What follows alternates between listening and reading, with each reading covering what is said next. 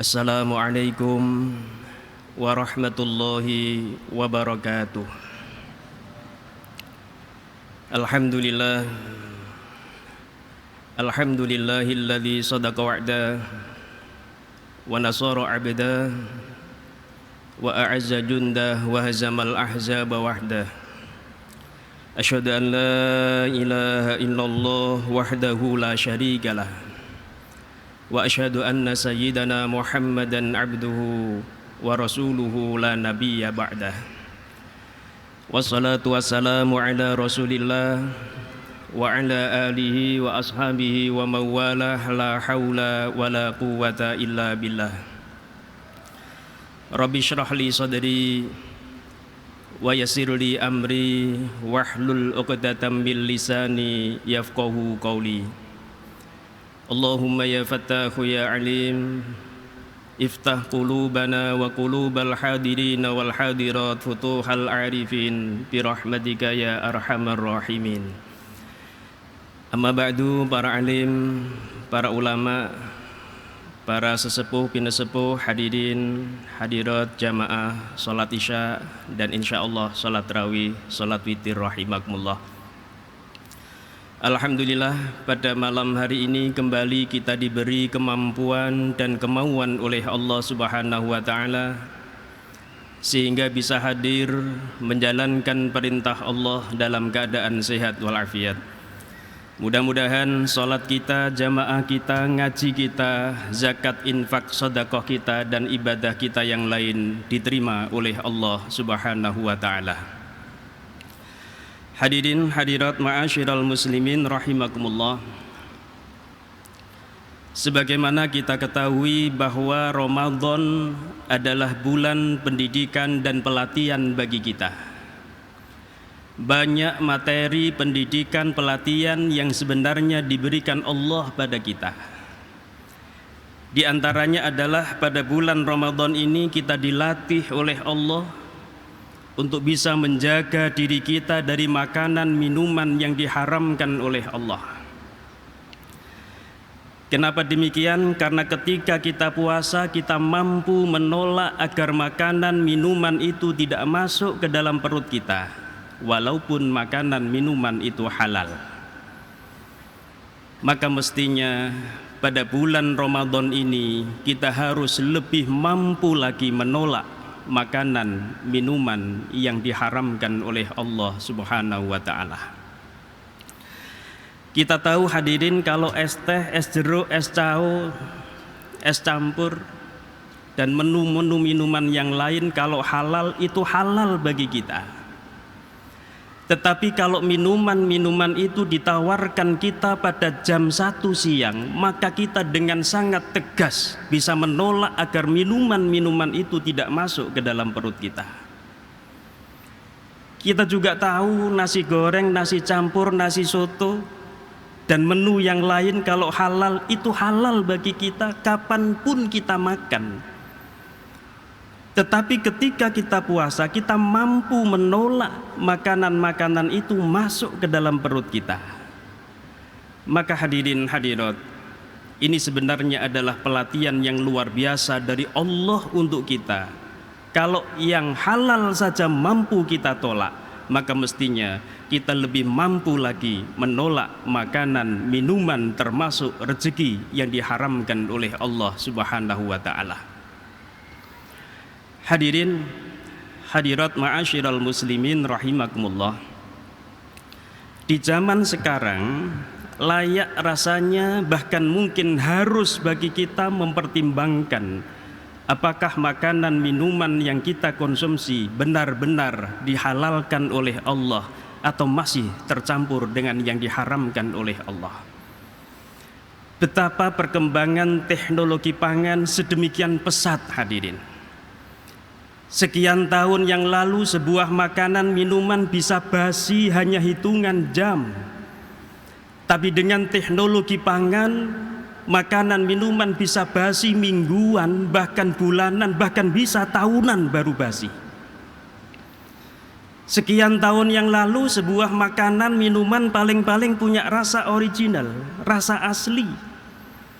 Tapi dengan teknologi pangan sekarang sebuah makanan minuman mempunyai varian rasa yang bermacam-macam. Bahkan kadang-kadang rasanya bertentangan dengan aslinya. Betapa tidak ada minuman apel tapi rasa jeruk. Minuman apel mestinya rasa apel tetapi ternyata rasa jeruk. Bahkan kita juga pernah menemukan minuman rasa jeruk tapi komposisinya tidak ada jeruknya sama sekali. Rasanya lebih jeruk daripada jeruk. Hadirin, hadirat ma'asyiral muslimin rahimakumullah. Inilah teknologi pangan. Varian rasa bisa dibuat sedemikian rupa. Dan menurut ahli teknologi pangan, itu biasa ditambah dengan bahan tambahan yang namanya flavor atau perasa atau perisa, yang diantara bahan bakunya adalah dari asam lemak. Maka pertanyaannya adalah, lemak apa? Lemak nabati atau lemak hewani? Kalau lemak nabati insya Allah tidak masalah. Seluruh tumbuh-tumbuhan itu halal kecuali yang memabukkan dan membahayakan.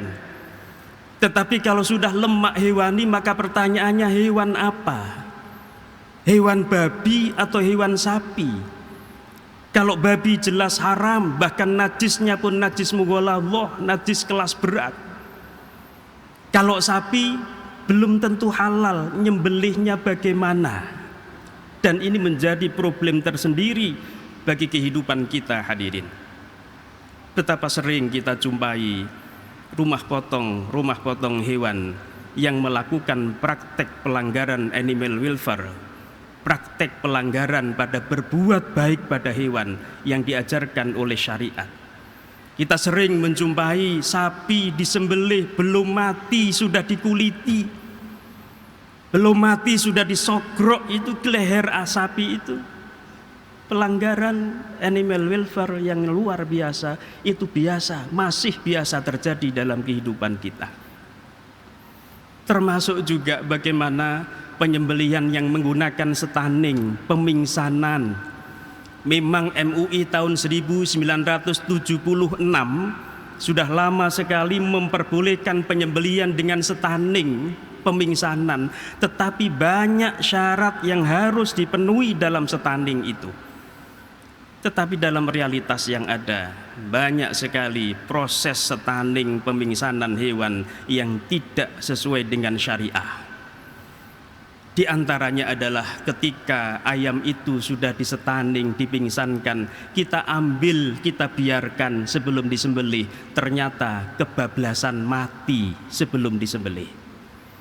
Maka ini berarti bertentangan dengan syarat penyembelihan halal. Mestinya hewan itu masih mempunyai hayatun mustaqirah, kehidupan yang tetap, yang kalau dibiarkan itu masih hidup.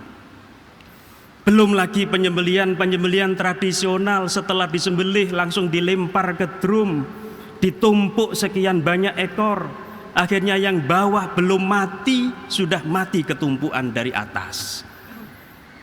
Maka jangan heran hadirin hadirat, ibu-ibu sering kita belanja mungkin daging ayam tapi dalamnya masih hitam-hitam.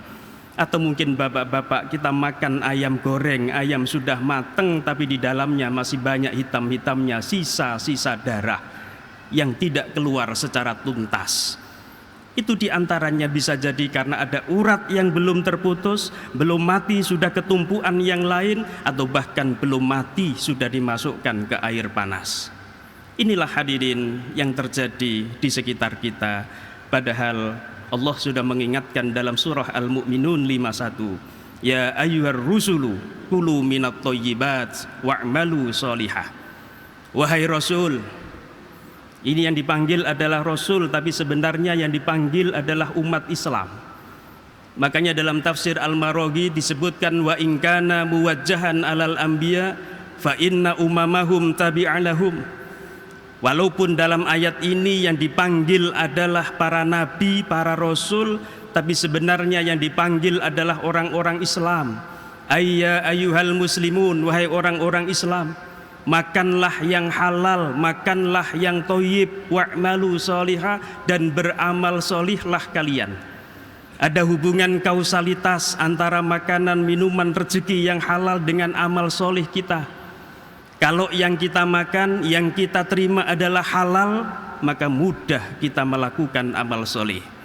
Tetapi mafhum mukhalafahnya, kebalikannya, kalau kita masih mengkonsumsi makanan, minuman yang diharamkan oleh Allah, maka jangan harap kita mudah melakukan amal soleh.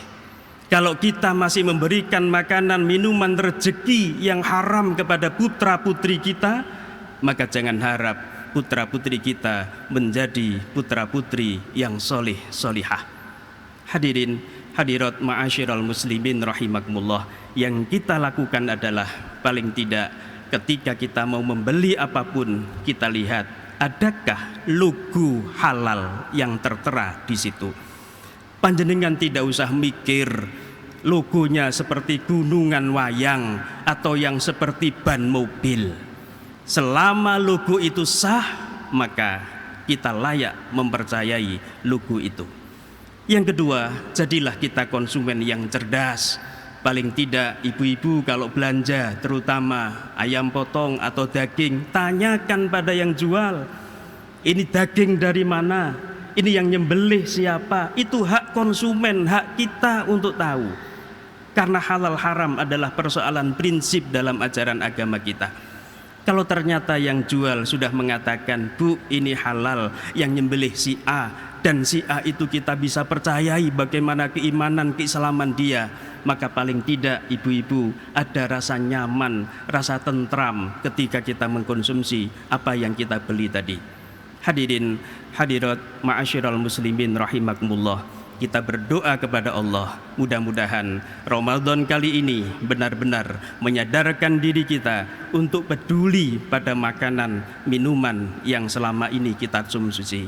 Kita berdoa kepada Allah, mudah-mudahan kita, generasi penerus kita, bisa menjaga makanan minumannya sehingga mereka semua menjadi generasi yang soleh, solihah. Amin ya rabbal alamin. Sedikit apa yang saya sampaikan, mudah-mudahan bisa memberikan banyak manfaat bagi diri saya sendiri khususnya dan kepada semua hadirin umumnya. Amin ya rabbal alamin. Mohon maaf kalau ada kurangnya. Wallahul muwafiq ila aqwamit thoriq. Assalamualaikum warahmatullahi wabarakatuh.